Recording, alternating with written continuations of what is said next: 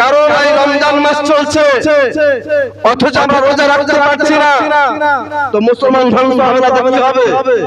Brother সাবধান হয়ে যান। এবং সুবহানাল্লাহ, যেটা আল্লাহ তাআলা রাসূল সাল্লাল্লাহু আলাইহি সাল্লাম বলেন যে রমজান মাসে রোজা যেমন সুবহানাল্লাহ যুদ্ধের ময়দানে তলোয়ার থাকে এবং ঢাল থাকে, সেই কাল হাসরের মাঠে কিয়ামতের মাঠে জাহান্নামের আগুন শুরু হবে, আমাদের রোজা সুবহানাল্লাহ এই জাহান্নামের আগুনের ঢাল শুরু হয়ে দাঁড়াবে, আমাদেরকে জাহান্নামের আগুনে পড়াতে দেবে না। বিরাদারে মিল্লাত ইসলামিয়া, আজকে আমরা মুসলমান সমাজ, আমাদের আল্লাহ তাআলা আমাদেরকে বুঝ দান করুন এবং সুবহানাল্লাহ যেটা রমজান রোজাদার ব্যক্তির জন্য সুখবর, ইফতারির সময় যেটা আল্লাহ পাক রব্বুল ইজ্জাত পরওয়ারদিগার আল্লাহ সুবহানাহু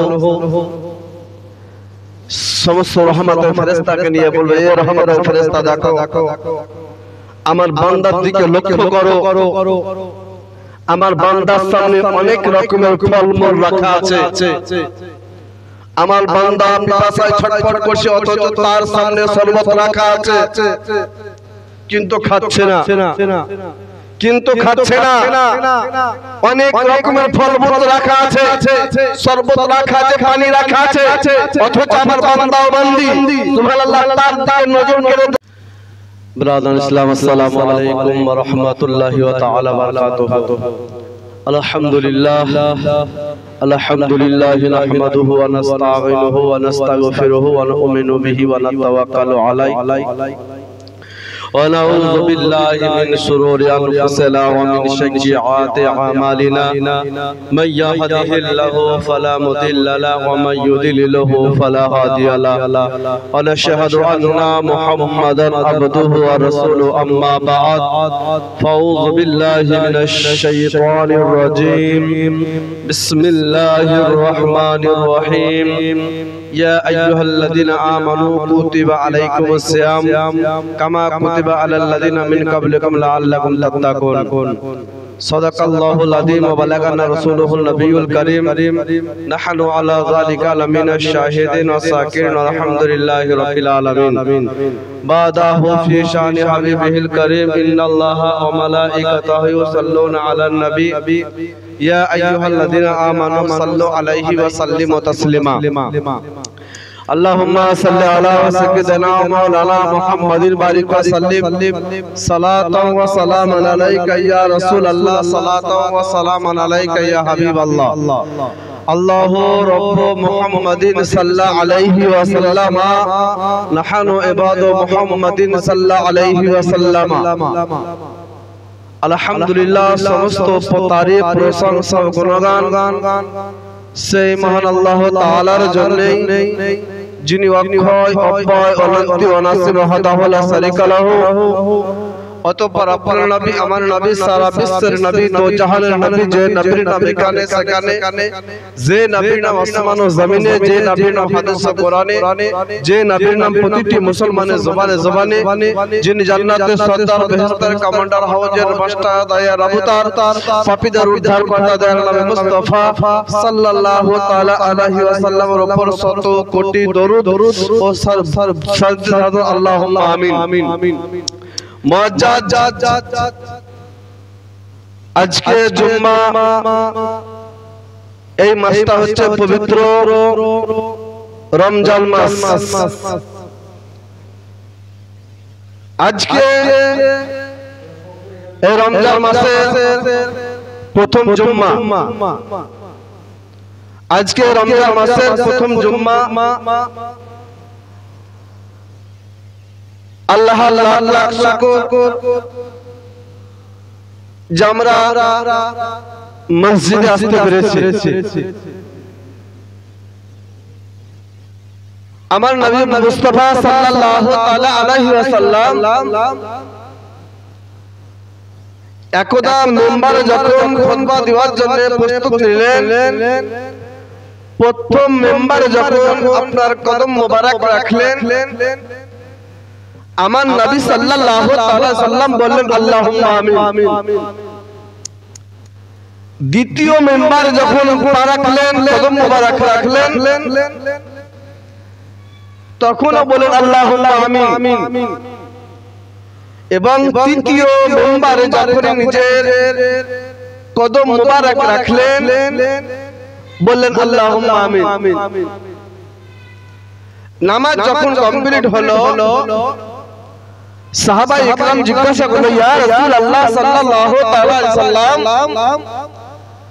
আজকে যখন আপনি মেম্বারে প্রথম মেম্বার যখন নিজের কদম মোবারক রাখলেন, আপনি বললেন আল্লাহুম্মা আমিন, এবং দ্বিতীয়বার বললেন আল্লাহুম্মা আমিন, এবং তৃতীয়বার বললেন আল্লাহুম্মা আমিন। ইয়া রাসূলুল্লাহ সাল্লাল্লাহু আলাইহি ওয়াসাল্লাম, এর মধ্যে কিছু ভেদ আছে। নবী পাক সাহেবে আওরাক সাল্লাল্লাহু আলাইহি ওয়াসাল্লাম বলে, ইয়া আমার সাহাবা মণ্ডলী শুনো, আমি যখন প্রথম মেম্বার যখন নিজের কদম মোবারক রাখি, সেই সময় হযরত জিবরাইল ফেরেশতা এসে বলতে, ইয়া রাসূলুল্লাহ, ওই ব্যক্তি ধ্বংস হয়ে যায় যেই ব্যক্তি পবিত্র রমজান মাস পেল অথচ রোজা করলে না, সেই ব্যক্তিটা ধ্বংস হয়ে যায়। আমার নবী পাক বলেন আল্লাহুম্মা আমিন। ইয়া রাসূলুল্লাহ, দ্বিতীয়বার বলে আমি যখন দ্বিতীয় মেম্বার যখন নিজের কদম মোবারক রাখি, সেই সময় হযরত জিবরাইল ফেরেশতা আছে বলছে, ইয়া রাসূলুল্লাহ সাল্লাল্লাহু তাআলা আলাইহি ওয়াসাল্লাম, যে পিতা ও মাতাকে পেল অথচ সেবা শুশ্রূষা করতে পারল না, সেই ব্যক্তিটাও ধ্বংস হয়ে যায়। আমার নবী বললেন আল্লাহুম্মা আমিন। তৃতীয়বার বলে যে আমার নাম শুনলো, ইয়ানি মুহাম্মদ শুনলো, যে সাল্লাল্লাহু আলাইহি ওয়াসাল্লাম দরুদ শরীফ পড়ল না, সেই ব্যক্তিটাও ধ্বংস হয়ে যায়। ব্রাদার, বুঝা গেল যে আমাদের রমজান মাস চলছে, সুবহানাল্লাহ। আজকে আমরা কত মুসলমান রোজা আছি এবং কত মুসলমান আমরা রোজা নাই। আল্লাহ পাক রব্বুল ইজ্জাত সকলের অন্তরে ভেদ জানে, অন্তরে রাজ জানে। ব্রাদার, আল্লাহ পাক রব্বুল ইজ্জাত পবিত্র কালাম মোল্লাদ ইরশাদ করলেন, ইয়া আইয়ুহাল্লাযিনা আমানু কুতিবা আলাইকুমুস সিয়াম কামা কুতিবা আলাল লাযিনা মিন ক্বাবলিকুম লাআল্লাকুম তাত্তাকুন। হে ঈমানদার বিশ্বাসীগণ, তোমাদের উপর রোজা ফরজ করা হয়েছে, তোমাদের উপর রোজা ফরজ করা হয়েছে, যেমন তোমাদের পূর্ববর্তী লোকের উপর ফরজ করা হয়েছিল।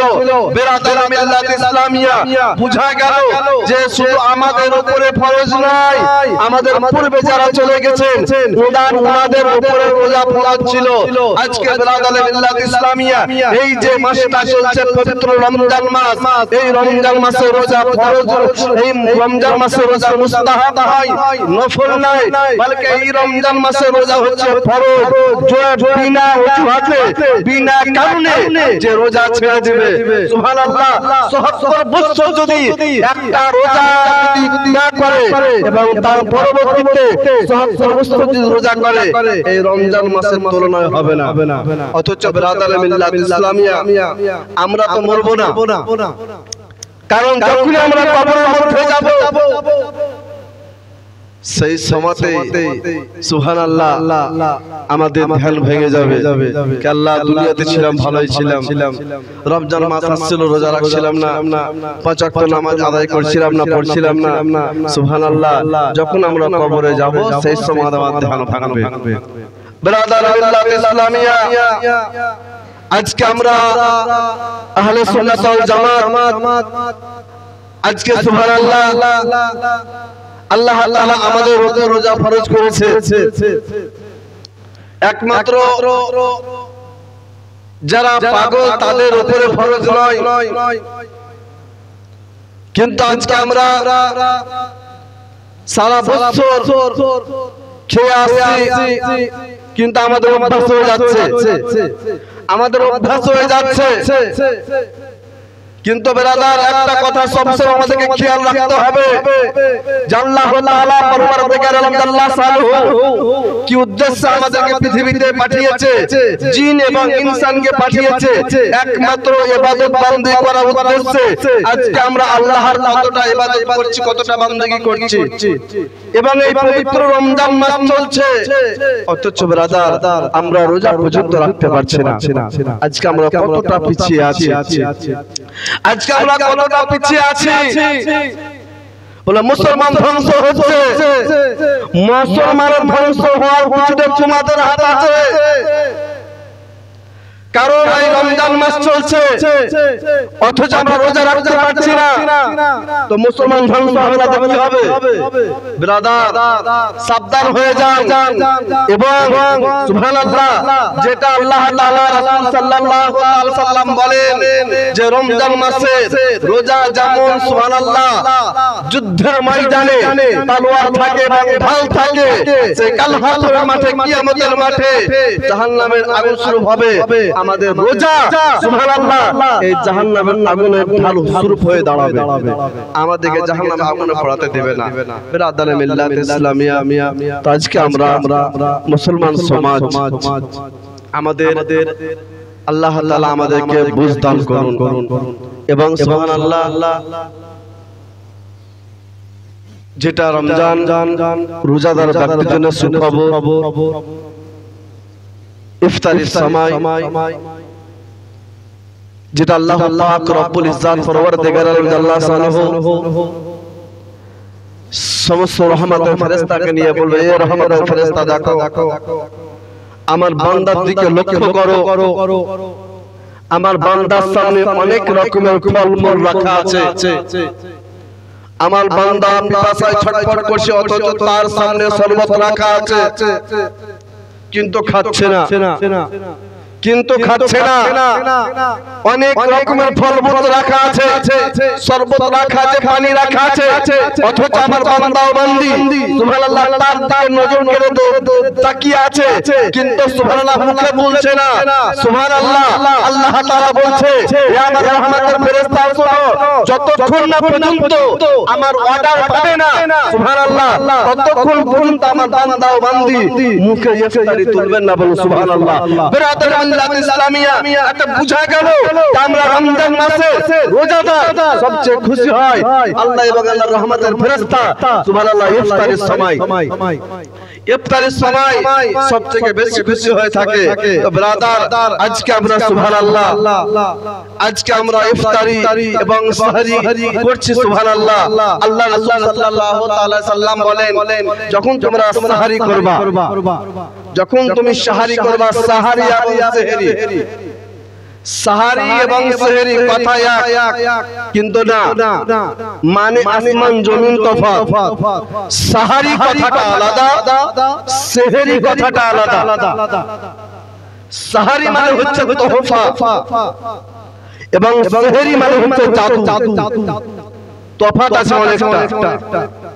সেহরি কথাটা ব্যবহার করবেন না, সাহারি বলার চেষ্টা করুন। ব্রাদার, আল্লাহ নবী সাল্লাল্লাহু আলাইহি ওয়াসাল্লাম বলবেন, যখন তোমরা সাহারি করো তখন সুবহানাল্লাহ ভরপুর পেট ভরে তুমি সাহারি করিও না। তুমি যদি ভরপুর সাহারি খাও, তোহফা খাও, রোজার মর্মতা, রোজার কষ্ট তুমি বুঝতে পারবে না, এবং সারাদিন মান তুমি হেউ হেউ করতেই থাকবা। এইজন্য আমার নবী মুস্তাফা সাল্লাল্লাহু আলাইহি সাল্লাম বলেন, রমজান মাসে সাহারি মানে হচ্ছে তোহফা, কিছু হালকা করে তোহফা খাও।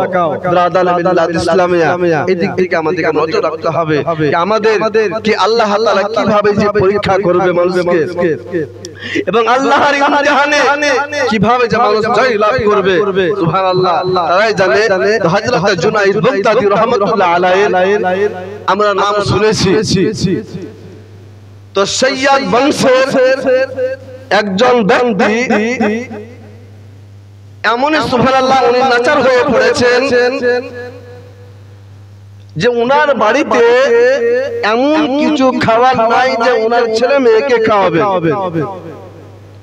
কিন্তু সৈয়দ বংশের जिनारा सैयद जादा जिनारा सैयद बंশের উনারা কাউরি কাছে হাত পেতে নিতে পারবেন না কাউরি কাছে যাকাত দিতে পারবেন না তো সেই সৈয়দ জাদা নবী বংশের উনি কি করলেন সুবহানাল্লাহ গ্রামে গঞ্জে যাচ্ছেন কি আমি কাউরি কাছে হাত পেতে যেতে পারবো না কিন্তু আমি কাজের উদ্দেশ্যে বেরিয়ে যাব যে আমি কাজ কর্ম করে খাবো কিন্তু ব্রাদার গ্রামের লোক টাউনের লোক শহরের লোক জানে ইনি হচ্ছেন সৈয়দ জাদা ইনাকে কাজে আমরা নিব না আর ইনি কাজ করবে না সুবহানাল্লাহ ইনাকে যদি আমরা কাজে নিই আমাদের হয়তো বেয়াদবি হবে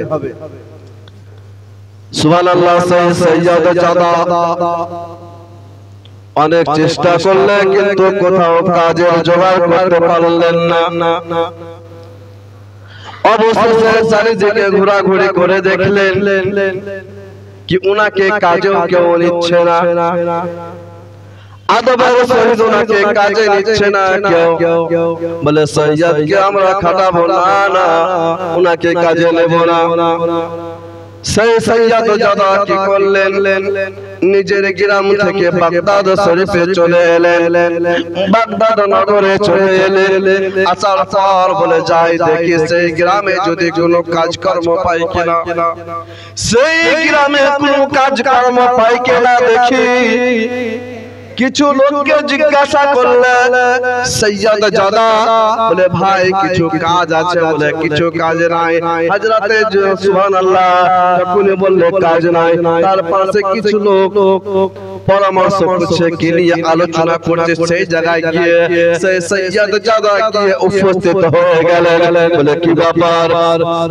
বলে আজকে এই বাগদাদ নগরে একটা বাদশা ইনাম ছড়েছে যে জুনাইদের মতো ফলওয়ানকে যদি কেউ হারিয়ে দেয় তাকে এতটা ইনাম দেব সুবহানাল্লাহ আল্লাহর সাথ পুরো সুখে সুবহানাল্লাহ বসবাস করবে হযরত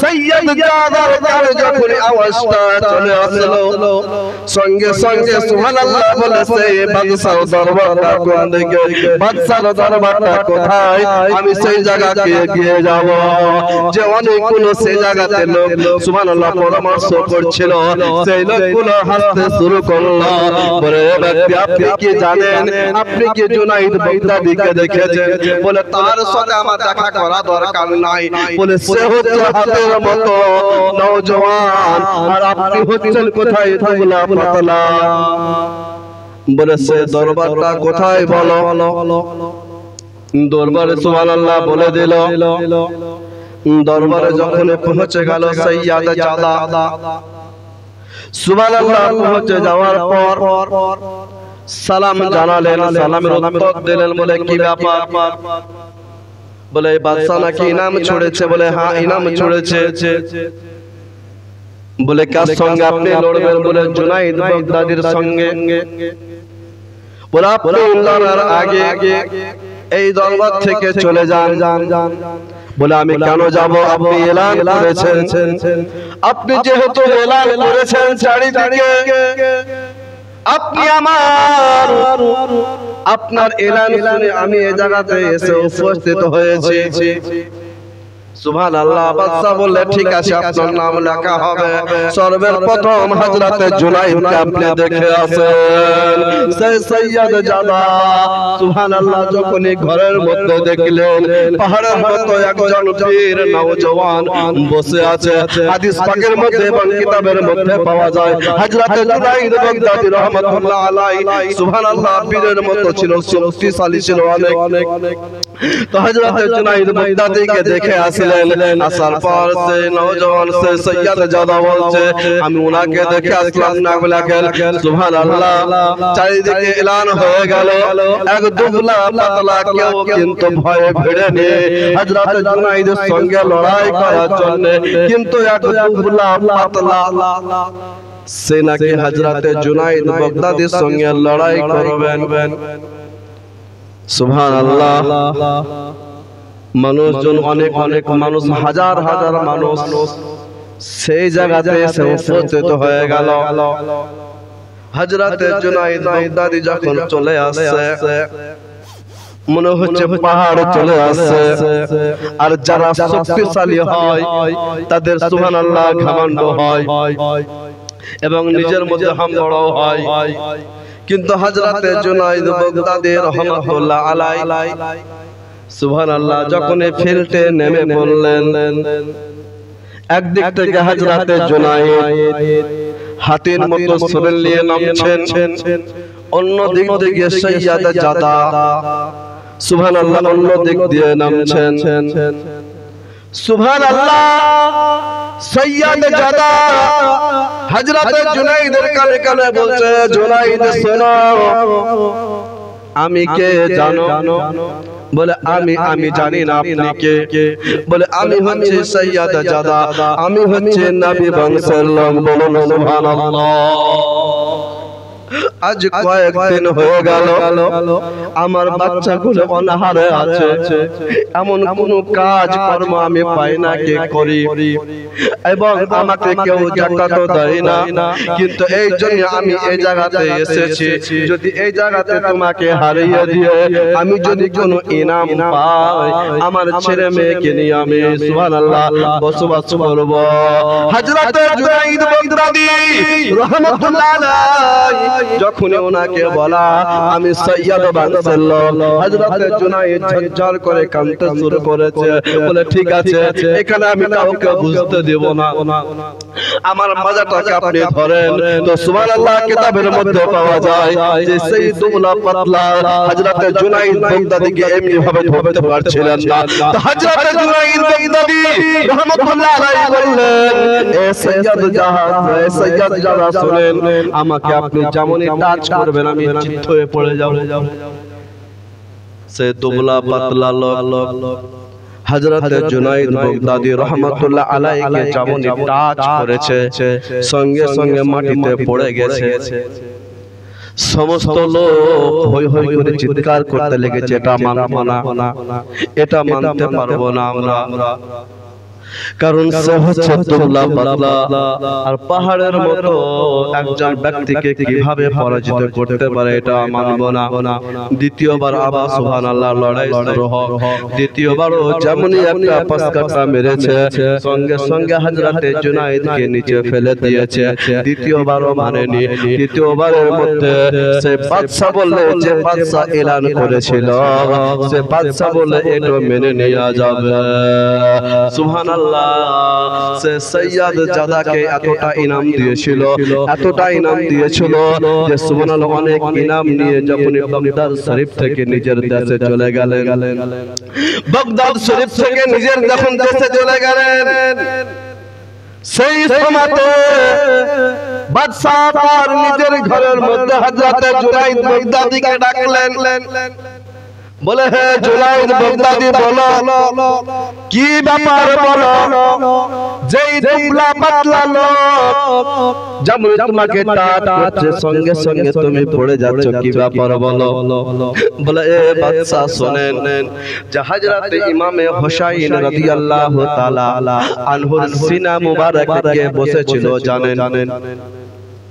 হযরতে ইমামে হুসাইন রাদিয়াল্লাহু তাআলা আনহু সিনাতে কে বসেছিল জানো? সুবহানাল্লাহ। বলে, হ্যাঁ, সিমর ছিল। সিমর ছিল, সিমরের কিন্তু বুকে চুল ছিল না, সিমরের কিন্তু বুকে একখানো চুলও ছিল না। সুবহানাল্লাহ। তো সেই বাদশাকে বলছে, আমি সিমর নই, আমি হচ্ছে হযরতে জুনাইদ বাগদাদী রাহমাতুল্লাহ আলাইহি। বাদশা বলছে, যাও আমার দরবার থেকে চলে যাও। সুবহানাল্লাহ। যখনই চলে গেল, হযরতে জুনাইদ বাগদাদী রাহমাতুল্লাহ আলাইহি নিজের ঘরে আরাম ফরমাচ্ছেন। এমত অবস্থায় নবী পাক সাল্লাল্লাহু তাআলা আলাইহি ওয়াসাল্লাম হযরতে জুনাইদের মাথায় হাত রেখে বলছে, হে জুনাইদ শোনো, যেমন আমার বংশের লোকের সম্মান তুমি বাড়িয়েছো, ইজ্জত তুমি বাড়িয়েছো, আল্লাহ পাক রব্বুল ইজ্জত পরওয়ারদিগার আলাম এই জাহানে এবং ওই জাহানে তোমার ইজ্জতকে বাড়িয়ে দিয়েছে। বলুন সুবহানাল্লাহ। এই জাহান এবং ও জাহানের ইজ্জতকে তোমার বাড়িয়ে দিয়েছে ব্রাদার। সে হযরতে জুনায়েদ বাগদাদী রাহমাতুল্লাহ আলাইহি এমনই আল্লাহর ওলি হয়ে গিয়েছিল। তো সুবহানাল্লাহ, আল্লাহর পরীক্ষা যে কখন কিভাবে মানুষকে নেবে, সুবহানাল্লাহ, আমাদেরকে সব সময় প্রস্তুতি থাকতে হবে। তাই পবিত্র কোরআন থেকে পড়েছিলাম, ইয়া আইয়ুহাল্লাযীনা আমানু কুতিবা আলাইকুমুস সিয়াম কামা কুতিবা আলাল লাযীনা মিন ক্বাবলিকুম লাআল্লাকুম তাত্তাকুন। হে ঈমানদার বিশ্বাসীগণ, তোমাদের উপর রোজাকে ফরজ করা হয়েছে যেমন তোমার পূর্ববর্তী লোকের উপরে ফরজ করা হয়েছিল। ব্রাদার, শুধু আমাদের উপরে নয়, আমাদের পূর্বে যারা ছিল তেনাদের উপরেও রোজাকে ফরজ করেছিল। কিন্তু আজকে সুবহানাল্লাহ, বড় দুঃখের বিষয় কি আমাদের সমস্ত কাজকর্ম হচ্ছে, কিন্তু সুবহানাল্লাহ যেটা আল্লাহ তাআলা আমাদের জন্য ফরজ করেছে সেদিকে হচ্ছে না। কিন্তু ভাবিয়ে না কি করলে হবে না করলে হবে, কোন ব্যাপার নাই না, আপনার গুনাহ চাপছে। একদিন এমনই বালা মুসিবত আসবে যে সুবহানাল্লাহ আল্লাহকে ডেকে পাবেন না। এই ধরমপুরে আল্লাহ এমনই বালা মুসিবত দিবে মানুষকে কি সুবহানাল্লাহ, যে আল্লাহ বলে আল্লাহ রাসূল বলে কোন পাত্তা পাওয়া যাবে না। কারণ মানুষের চরিত্র এমনই হয়ে গেছে যে আল্লাহ এবং আল্লাহ রাসূলের ডাকে আমরা সাড়া দিতে চাই না। দুনিয়াবি যেটা ডাক আছে সেটা সব সময় আমরা প্রস্তুতি হচ্ছে, রাজি হচ্ছি, কিন্তু আল্লাহ দিনের দিকে, আল্লাহর ঘরের দিকে আমরা এগোচ্ছি না। আল্লাহর ঘরের দিকে আমরা এগোচ্ছি না। ব্রাদার, এই কথাটা একদিন খেয়াল আসবে যখনই সুবহানাল্লাহ আমরা চলে যাব, যখন সমস্ত শ্বাস নিঃশ্বাস বন্ধ হয়ে যাবে, সেই দিনটার খেয়াল আসবে কি না সুবহানাল্লাহ। তো যাক, আল্লাহ তাআলা পরওয়ারদিগার আলম কার দ্বারাতে খিদমত লিবে, কার দ্বারাতে ইবাদত লিবে বলা মুশকিল। এবং ব্রাদার, একটা কথা বলবো যে শুধু নামাজ রোজা করলে হবে না। ছোটকে ছোট মতো স্নেহ করুন এবং বড়কে বড় মতো সম্মান দিন। ছোটকে ছোট মতো ভাববেন নামাজ পড়ছি, রোজা করছি, হজ করছি, যাকাত দিচ্ছি, বিশাল আমি নেক কাজ না, এটা বলা যাবে না। আপনি ছোটকে ছোট মতো স্নেহ করুন, ভালোবাসুন। ইমামকে ইমামের সঙ্গে কথা বলুন। যে একটা ইমামের সঙ্গে কথা বলছেন মানে আপনি আপনার বাড়ির গোলামের সঙ্গে কথা বলছেন, এইভাবে কথা বলছেন আপনি, কোনো কাজে দেবে না। যে ইমাম বর্তমানে আপনার মসজিদে থাকছে, যে কোন ইমাম, শুধু আমি বলে নয়, যে ইমামের পিছনে আমরা পাঁচ নামাজ আদায় করছি, জুম্মার নামাজ আদায় করছি, অথচ সুবহানাল্লাহ সেই ইমামের সামান্য যদি ভুল হয়ে যাচ্ছে এমন ভাবে কথাবার্তা বলছে মনে হচ্ছে আমার বাড়ি রাখালছে। নিজে ব্যবহার করুন। সকলকে বলছি ব্রাদার, এবং আমাদেরকে একটা কথা সবসময় খেয়াল রাখতে হবে, যা আমরা সুবহানাল্লাহ সারা দুনিয়া থেকে, সারা বিশ্ব থেকে আজকে আমরা সুবহানাল্লাহ বক্তা বলেন, মুজাহিদ বলেন, মুফতি বলেন, মুহাদ্দিস বলেন, আজকে আমরা আনছি, জালসা জুলুস শুনছি, আমরা আমল করছি কোথায়? কোনো তো আমাদের পরিবর্তন নাই। এবং 12,000 বলেন, 14,000 বলেন, আমরা আনছি বাচ্চা।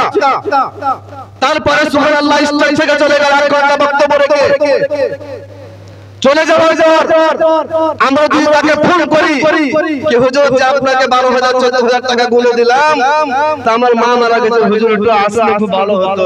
বলে না ভাই, আমি তো ট্রেনে চলে গেছি বা জাহাজে চলে গেছি। হুজুর জাহাজে না যাবে তাও বলবো কি জাহাজে চলে গেছি। আর ইমাম যদি এক মাস থাকার পর যদি সেদিন ছুটে নিয়ে বাড়ি যায়, ইমামের কানে যদি একবার খবর যায় কি অমুকের মা মারা গেছে, সঙ্গে সঙ্গে তাকে ছুটি বাতিল করে আসতে হবে। অথচ সেই ইমামের আমরা মর্যাদা পাই না। ইমামকে আমরা সম্মান দিই না, সম্মান দিই আগে বক্তাকে। বক্তা যেমনই আসছে তার ব্যাগ ধরে আর ঘাট ধরে জুনা আসসালাম, কিন্তু একটা ইমামকে যে অনেক অনেক ছেলেকে সুবহানাল্লাহ দ্বীন ইলম শিক্ষা দিচ্ছে, অনেক অনেক ছেলেকে কোরআন শিক্ষা দিচ্ছে, তাদের প্রতি আমরা সম্মানশীল হতা করি না, তাদের প্রতি আমরা সম্মান করি না, তাদেরকে আমরা ভালোভাবে দেখি না, তাদেরকে ভালোভাবে কথা বলি না। আমাদের ইনসাফ কোথায়?